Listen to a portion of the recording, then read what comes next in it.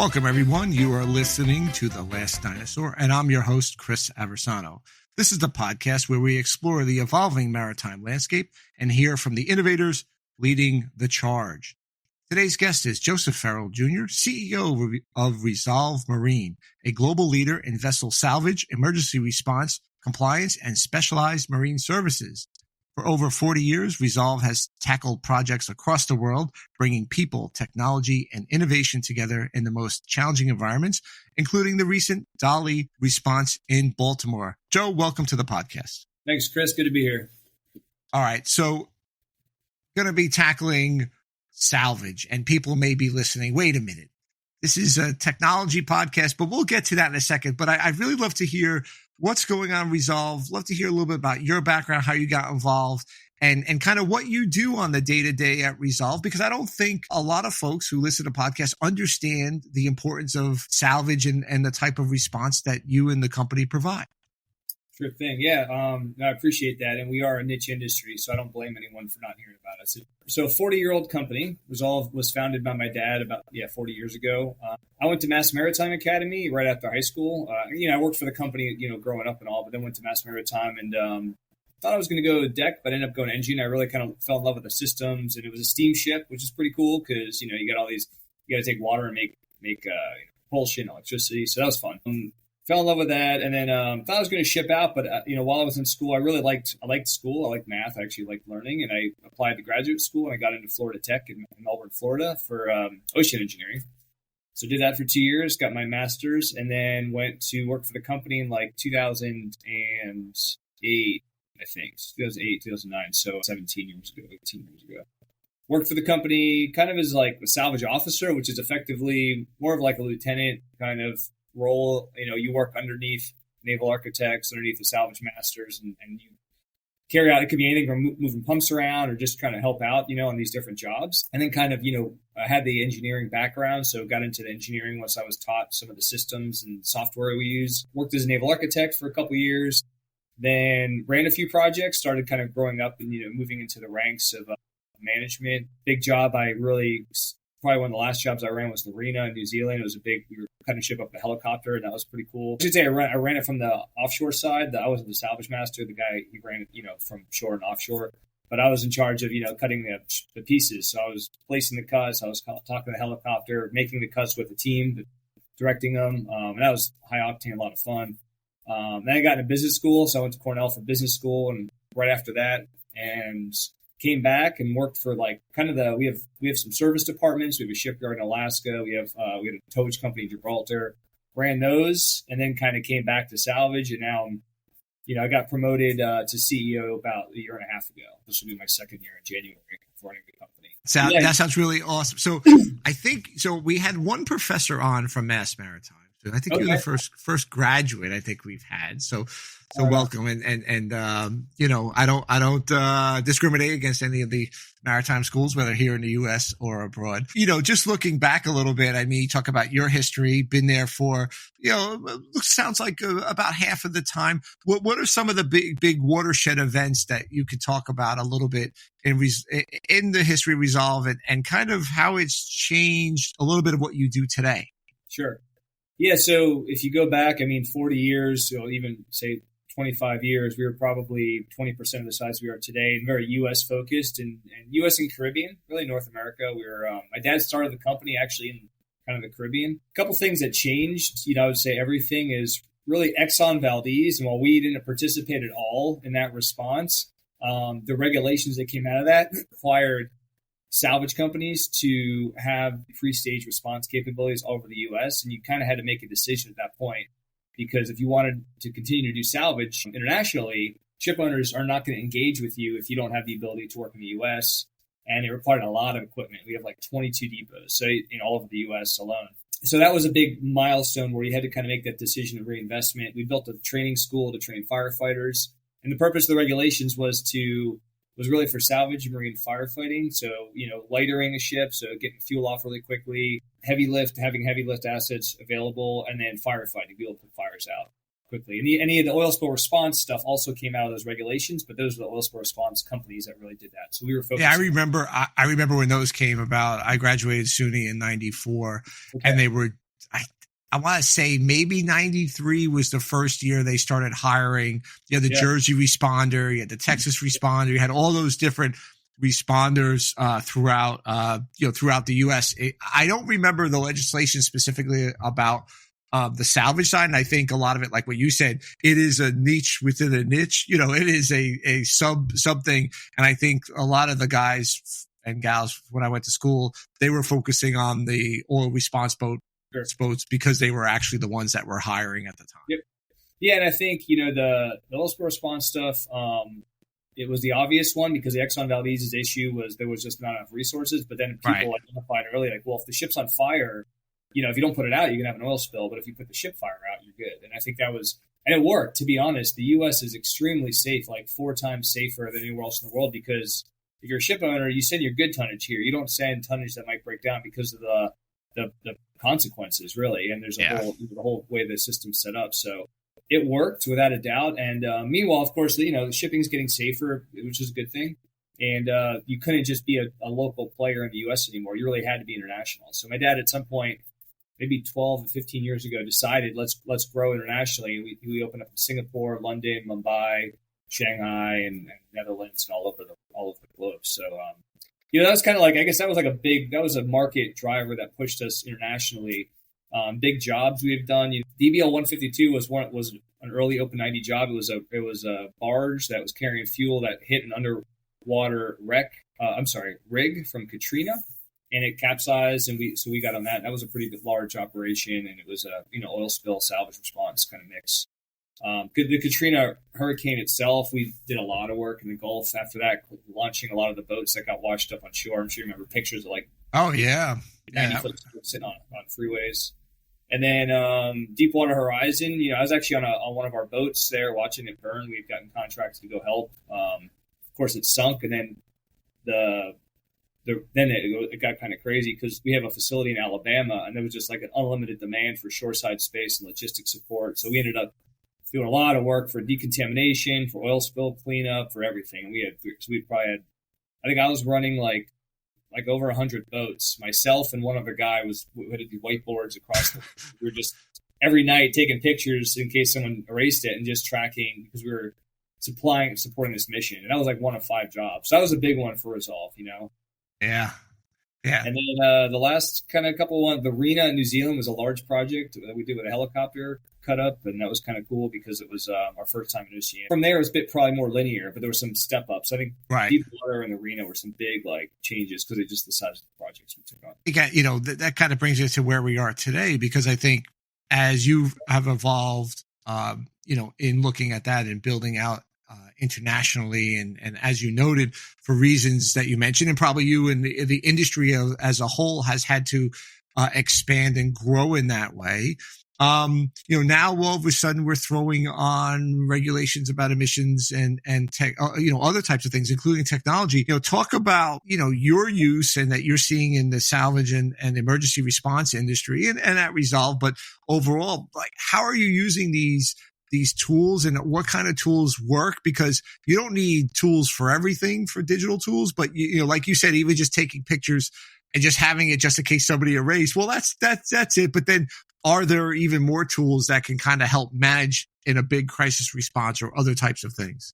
Yeah, I think, you made a good, interesting comment. So the emissions regulations, which, 2035, 2050 over in Europe, kind of start to kick in. They are incentivizing ship owners, right, to go into different directions for these fuels. You got ammonia, you got hydrogen, you got nuclear, even discussions. The objective function now, to use the technical word, is not, and I don't want to say this, it's environmental reduction of CO2, right? That is the primary function or driver of fuels. Whereas in the past, it was efficiency and kind of maybe safety and some other things. We're really kind of driving towards a new goal. And I'm not arguing, against that, but what I'm saying is that you start to push things. So for instance, ammonia as a fuel, it's extremely lethal, right? 0.25% ammonia, it can be deadly. But now we're looking at building 500,000 barrel, ammonia carriers or 90,000 cubic meter ammonia carriers. So I think, that kind of changes how we have to look at things from responding, because for 60 years, it was all the same type of cargoes and fuels. Now you got these new exotic sorry to go off a little tangent there, but I think it's an interesting thing. It's a very rapid acceleration into new technologies with a different incentive structure than we've seen in the past. And I think the interesting thing, because you talk about your training academy, you have to train people to fight fires. Okay, well, all right. Now, yeah, maybe a diesel fire or NGO is going to burn a little differently than, high sulfur fuel or something like that. But in essence, that you're set up, if you're talking about now, well, okay, we got to approach a ship that has LNG as a fuel, right? Yeah. Because it used to be the LNG carriers. You knew they were coming. You know what it looked like. You could see it from miles away. I know that's an LNG carrier, or I know that's a LPG carrier. Now you're saying, well, wait a minute, that's a VLCC or that's a Cape. I don't know how many Capes are being outfitted with LNG. I know VLs are. As a dual fuel LNG, you got to then find out, do they have LNG on board or what fuel they're using, and then train for that and then firefight it. But before that, you have to train for it, which must make things kind of interesting, to say the least. It's very interesting, and I think that the tough part, not only do we see a lot of things we have to train for, so yeah, LNG, ammonia, hydrogen, because it's not only a new fuel, but it off gases from lithium-ion batteries. But so you got to train all these new things. You got to have new tools to manage all this. But the incentive to reinvest is not what I would say is there right now. In other words, no one's going to fund a salver to go out and say, hey, go spend a couple $1 million making sure that you have the best way to transfer a liquid hydrogen off the ship. Right, because you might not get that job, and that may or may not be the reason you do or don't get it. And at the same time, you don't even know if they're going to be out in the market anytime soon. So there's a kind of a lack of incentive to respond. Now in the U.S., the oil spill, the Open 90 regulations had that incentive. It actually dictated exactly what you need by the hour and cubic, how much pumping capacity. But without that regulations being pushed into the future, no one's going to step up and have the capabilities unless they see a lot of it already happening. Right? Meaning that bad things have already happened beyond the ability to actually manage that. We've kind of been in those scenarios. We've seen it. And we've learned lithium-ion batteries. We feel like we've done a few this year, fires. And there's a lot of lessons learned. I can't say that we've learned them all, but every one we've adopted tactics differently. But, we're only learning it because these things are happening, right? And we're learning the hard way, which is oh, wow, that wasn't good or that was unexpected. We had one time a ship full of hydrogen, because the batteries went into the off gas, they went into thermal runaway and created just hydrogen gas. The whole ship was full of hydrogen. I don't know the last time a ship was not like a certified hydrogen tank, bulk carrier full of hydrogen gas, right? So, how do you, the kind of tools and technology wasn't around. We figured that out. Now we know, but unfortunately, you have to end up in that position where you aren't totally prepared to then have to go figure out how you next time. So again, without that incentive structure in place, it's right. And it becomes one of those things like an industry learning lesson. And I suspect we're going to see a lot more of that. We'll see with the alternative fuels, whether it's any of the ones that you mentioned. Nuclear, I think, is probably the most interesting of all of it, in the sense of not necessarily is it going to get done, but are we really going to go that way? And how do we manage some of the risks, right? Whether it's piracy risk, whether it's engine room failure risk, any of these sort of things. How do you manage that? And I think that that's one of the things that I don't hear a lot about. Now, I don't go out of my way to listen for it, but I don't hear a ton about it, because I think it's kind of interesting. Pivoting a little bit to the kind of the digital tools, right? Mm-hmm.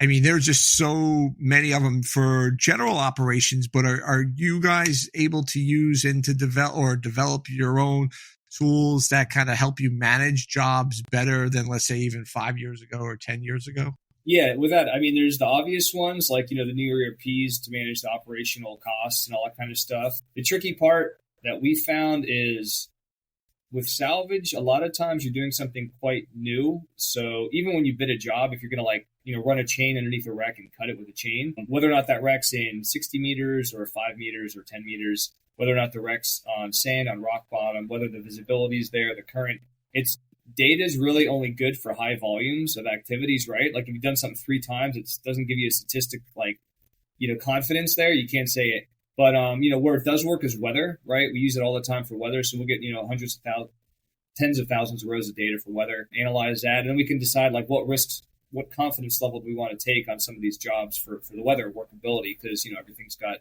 that built in. And actually, a lot of times it actually drives the project methodology, because while a big crane might work and you could do a couple large picks, if you can only work there 15 or 20% of the time because of the crane boom length and the wind workability, you may be better off doing smaller pieces or something else, or even dragging the wreck into deeper water and doing a chain pull or lift. So, I'd say weather is probably where we have the most data points. We also use AIS data for our own use in trying to evaluate the profile of a casualty when it does occur. Because we have duty officers, so there's 24/7. We have to track every ship that comes through the EEZ in Alaska. We track. We provide an oil spill response service up there, and it helps us alert when there's a problem before they even call us. So we have certain algorithms built into that software that tells us, ship speed, abrupt changes in ship speed. Obviously, broadcasting issues on the AIS is one, but not everybody does that. And sometimes, something happens, they forget. So we have a couple things built in into our software that actually alert us for ships getting in trouble. And then, of course, point cloud and multi-beam data, which is like millions of points. We'll use that to kind of build out. If we have to lift something off the seafloor, you can build out the frames ahead of time. Sometimes we're lifting very fragile stuff like aircraft or aerospace or even carbon fiber objects off the seafloor, and you can't just pick it. So we'll use that data to kind of build out the frame size and shapes to understand how do you grab this thing and support it 10 different points and lift it in its current configuration. So, we're always looking. I'm a data nerd. One of my hobbies is building neural networks and TensorFlow on Python software, and I'm always looking to gravitate and find, hey, where can we find the data? So we are always looking at stuff. The cool thing now with the LLMs, I think, is that you can take historically unstructured data like Lloyd's List intelligence reports for the last 15 years, and you can create data sets with that, right? So that's something I'm looking at doing, is just being able to kind of restructure unstructured data and then try and identify, hey, are there patterns in this? So that's basically part of your efforts in doing AI and, like you said, LLMs and all that. Yeah, and then try to almost forecast in a way what you would see as potential areas of potential clients or potential hazards that you could see. Sure. And then manage that a little bit better. That's certainly an interesting approach, and I think it gets into the whole idea of using AI, but not using AI for AI's sake. I mean, I think we all use ChatGPT for update my update this newsletter that I write once a podcast. That's what I do AI for. But then if you build your own kind of model and using handpicked or curated information that you could then ask it and query it questions, it becomes an interesting part of really looking for opportunities and things like that. Yeah, and I think, you're looking at, when you talk about data, right, you want, hundreds or thousands or millions of samples, right? You want a lot of data. With the stuff that we do, we're looking at, last year we did 47 major operations. So, to get statistical significance of a similar type of operation, it's really hard to find that, but what we can start to do is find patterns for, what kind of ships are on the rise. We know the LNG fleet's grown a lot, so, right. But you have to really dive deep into that. Okay, great. You can't just say you're going to support every LNG ship because they all have different types of fittings, they all have different ways of, how they're built. So even looking into that, I think we're still probably at the incipient stage of that. And again, it's every time we make an investment in these endeavors, there's no direct reward, right? Because you might have the best way to offload the next LNG ship, but you may not have them as an SMFF provider because they signed up with someone else 5 years ago, or they may have a better relationship with another provider. So it is a really difficult, we do make a lot of reinvestments. It doesn't stop us from doing it, but it's hard to quantify that. Whereas if you're a ship owner, you can easily say, well,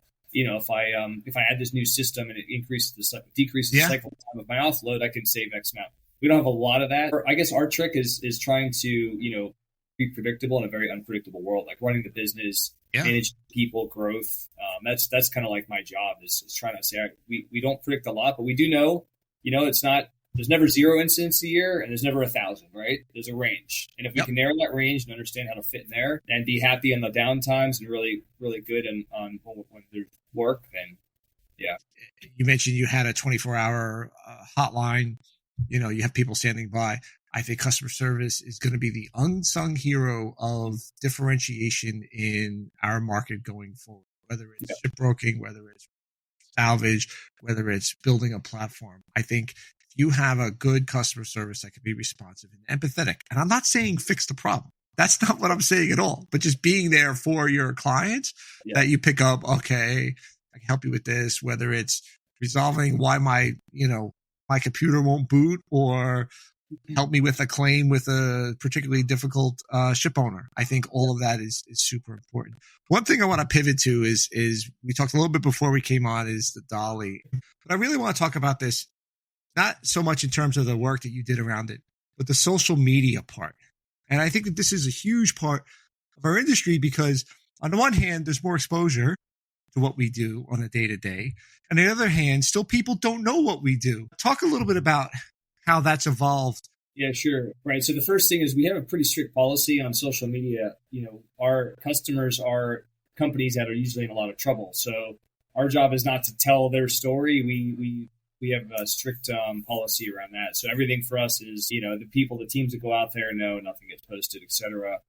The Dali, of course, like one of the highest profile events we've been part of, had a lot. Luckily, the incident command system and one of the benefits they bring is they have a whole department that handles like inquiries from media, and their job is to decide what that message is. And I say decide because there's a lot of interpretations, and so it's tricky, because we're sitting out there and you have access to from all different directions with telescopic lenses. There are drones people were sending out there. The Coast Guard had an anti-drone task unit, or they had a team that was basically anti-drone. I don't know how they did that, but they just took them out.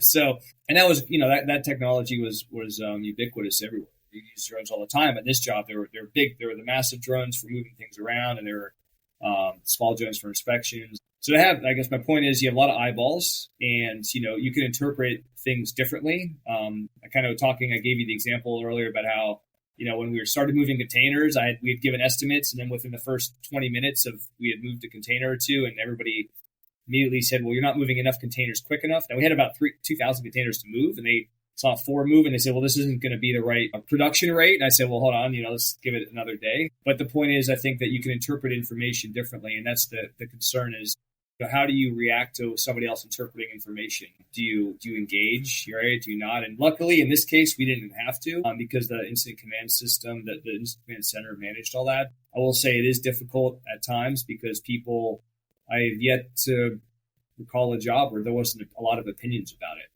Now, luckily, we're not the customer. A lot of times the queries are directed to the customer, but they're directed to the customer based on our production and what we're doing. It's tough. And like I said, another job where, we had a 500-ton tugboat we had to move, and a high person from a reputable company asked, why can't you just take a helicopter and lift the tugboat off? And of course, there's no helicopter in the world that could do that. So yeah, I think that's always the challenge is really just biting your tongue and saying we engage the customers. The social media that we do, we only post things that we're allowed to, and it's usually it's a collaborative message because again, you can imagine a ship owner or an oil and gas company with a big problem. Last thing you want is somebody out there telling their story for them. And sometimes there's fatalities, et cetera. There's a lot of stuff like that. So. Yeah, I was just looking at it from the point of view of just having more visibility of a casual boater or, maybe not so much in the Dali, but certainly people who are near the shore and forming their own opinions about it and saying, well, this shouldn't be this way. Probably those people don't have the background of yourself and all the qualified captains and salvage masters, which is a very difficult thing to do in terms of the naval architecture side of things, the engineering side, the spill side, the human factor side. Don't want anybody to get hurt, and then by the way, you want to do this in 10 days or 20 days or whatever. Like, okay, so you have to balance all that. And I think that that's one of the things that our industry in a way kind of struggles with, in that, people look at the bad things like the Dali, but people don't stick around long enough to see the good message of the work that you guys did in cooperation with the command group. Even part of the ship, you could say, well, the ship was at fault. Let's forget about that. But they still had to manage, not having a spill, making sure, limited the loss of life on the ship and things like that. And the pilot, the job that they did, Coast Guard, their response. And I think that, getting the positive message out is something that we don't do a good enough job. Maybe nobody wants to listen. I don't know. Well, I think, people, the attention span's quick, and, the tough part a lot of times with the stuff we do is it's a lot of setup.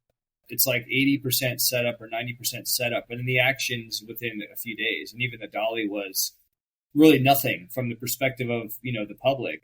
Nothing happened for 50 days. Now there was a tremendous amount of work being done, placing explosives, removing cargoes, getting rid of hazardous materials. Like, it was crazy, but you didn't see much, right? And then suddenly we blast the bridge, it drops, and in 5 days the ship's gone.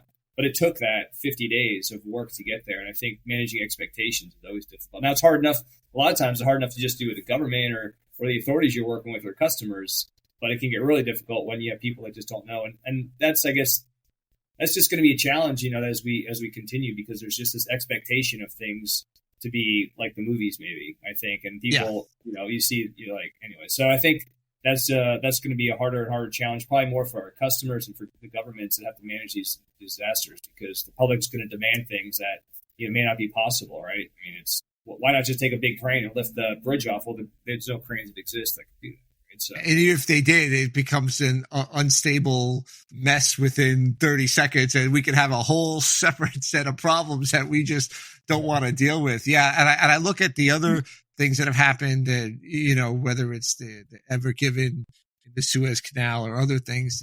It just seems that it's always the bad stuff, and not, especially that one, probably another one where it didn't look like a lot was going on, but I could just imagine there was a lot of engineering and a lot of people figuring out what's the best way to get this thing unstuck, right? And it didn't seem like a lot, whether it was on the morning news or somebody tweeting about it. It didn't seem like a lot until all the pieces went into place. Yeah, and I think, and of course you're balancing like safety, right, too. And I think there's that too. Is you could go quicker, right, but you start to increase that chance of people getting hurt. You work 18-hour days, you go a lot faster, right? And people say they can do it at first, but after a few weeks, it gets tough. So I think there's that starts to there's a balance act you have to do, is like, all right, manage expectations and also balance safety against the priority that everybody says we'll have make sure it happens tomorrow, kind of thing. So yeah.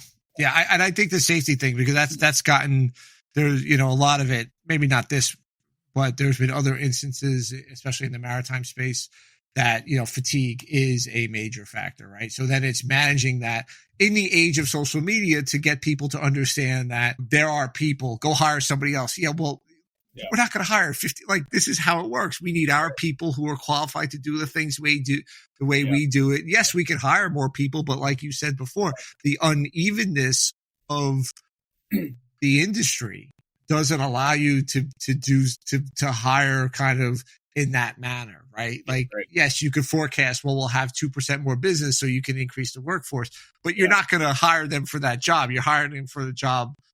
It's this, and the Dali specifically, the safety hazards were, there were bolts like, I don't know what size, maybe inch and a quarter or something, that were falling on a regular basis from like 100 feet up, whatever.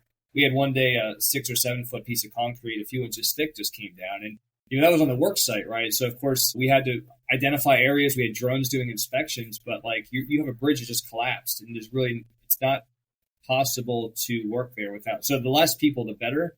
To your point, and last somebody that's not aware of falling objects and that kind of stuff, and that was a big challenge too. Is you only want the best, but there's only so many of the best, right? There's only so many people that have climbed. We have climbers that work on container ships when they have these issues.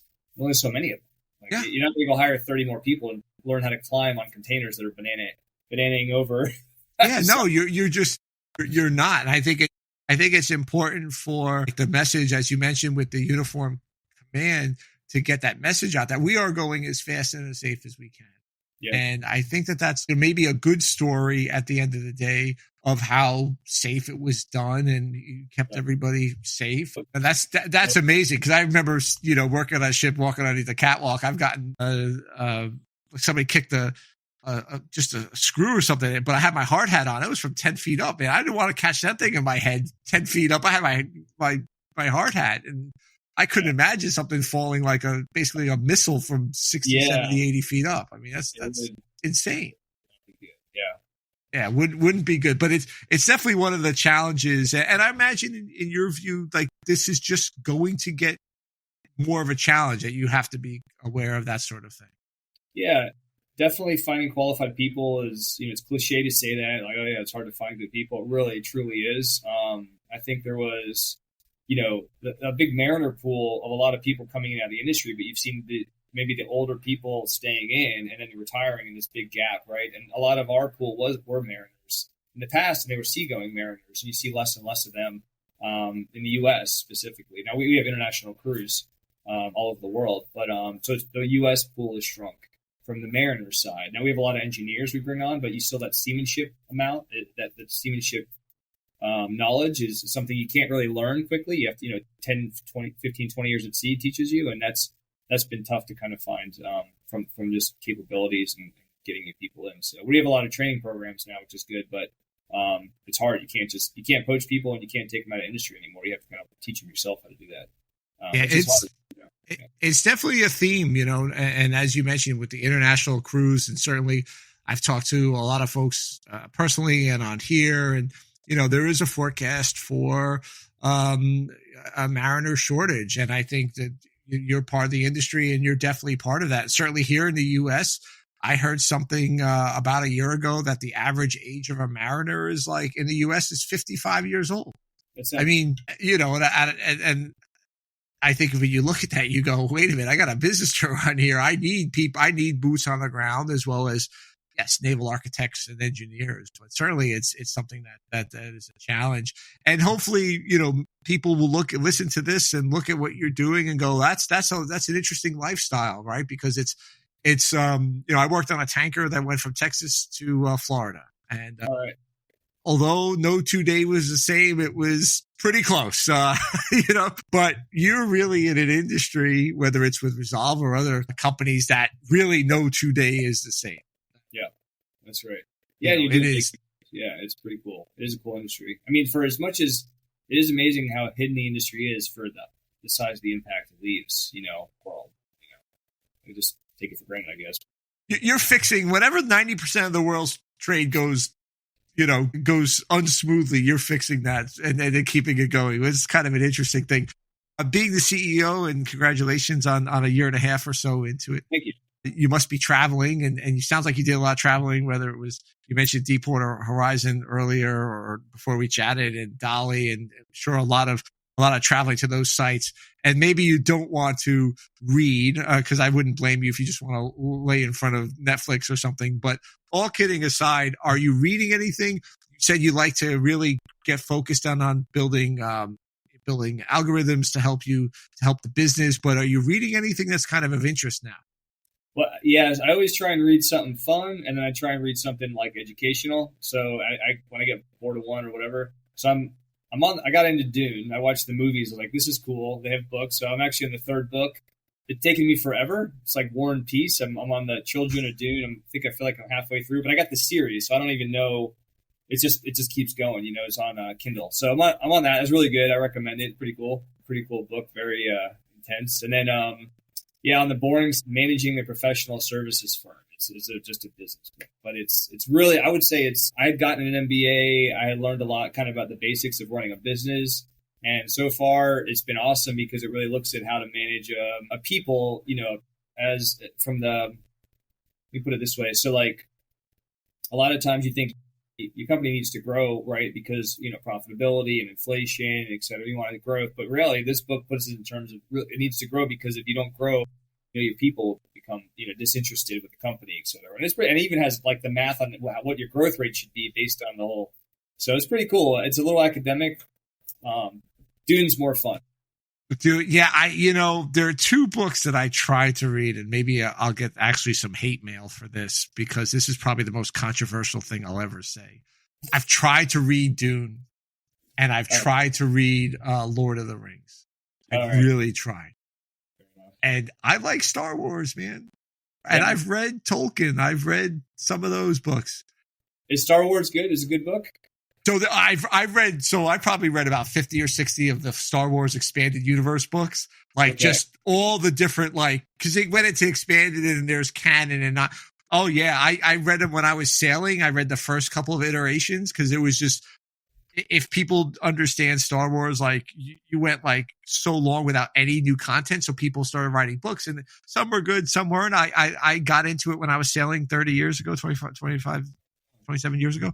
And then I also read some of the Lord of the Rings stuff. I like that, but I could never get into those two. And I know maybe I'll get some hate mail from that. But the one book that I did read, and I do the same thing. I like to read business and then so on. And I just got a Kindle. I just got a Kindle Scribe. So, cause I want to try to do my notes in there and read, the book behind me, Smart Brevity. I recommend, because it's the guys from Axios and Politico talking about how to write smarter and quicker and shorter and just get your point across, kind of the way that they do their daily brief and stuff like that. Really interesting. And it's kind of helped me as well. I got an MBA years ago and, kind of learned the fundamentals, understand that. But what separates, I think, as you get more into leadership is being able to communicate quickly and accurately the point that you're trying to make, with whether it's people senior to you, or maybe in your case, the board, as well as, the ordinary seaman on your ship for the purpose of safety, right? Like you want to be able to communicate that message. And this does it's quick. It's obviously a quick book. And one of the things that I love about it, each chapter says, this chapter should take you 15 minutes. Oh, that's cool. 22 words, smart brevity. Yeah. It's easy. It's not like what you're saying, an academic book like the one that you read. This is very, it's geared towards like the professional. This was a great conversation. I love hearing about a part of the industry that has probably been around since the beginning of time in our industry, and that's salvage. And I love talking to you about how you're seeing it change and how technology, whether it's AI or machine learning or weather routing and all that kind of plays into the role of what you do, as well as the importance of managing social media and managing all that. And I appreciate your take on this very important part of our industry. Thanks for coming on, Joe. I appreciate it. Thanks, Chris. Thanks for having me. Appreciate it.